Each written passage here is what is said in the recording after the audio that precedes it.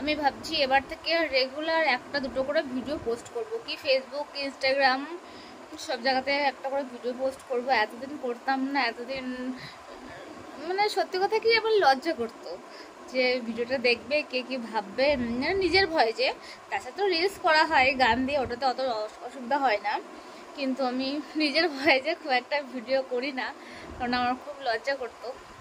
ভাবতাম যে শ্বশুরবাড়িতে কে কি ভাববে, গ্রামের লোক দেখে কে কি ভাববে, কিন্তু বিশ্বাস করো এখন আর কোনো কিচ্ছু ভাববো না। এখন কে কি ভাবলো না কি বললো না কোনো দিকে কানই দেবো না। এখন মানে যেটাতে নিজের লাভ থাকবে সেটা সেই দিকে আমি যাব, কি ফ্যামিলির দিক থেকে কি পাড়া প্রতিবেশীর দিক থেকে, সমস্ত দিক থেকে। তো মানুষ তো সারা জীবন পরের পেছনে লাগবেই, তাই বলে কি মানুষের জন্য কি আমি নিজের চলাফেরা নিজের শখ আহ্লাদ সব কিছু বিসর্জন দেবো? এতদিন তো দিলাম, গিয়ে তো দেখলাম কিছু পেলাম? কিছুই পাইনি। দিন শেষে ওই বউটাই খারাপ, ওই মেয়েটাই খারাপ, ওর মাই খারাপ, এরকম ব্যাপারটা এসছে।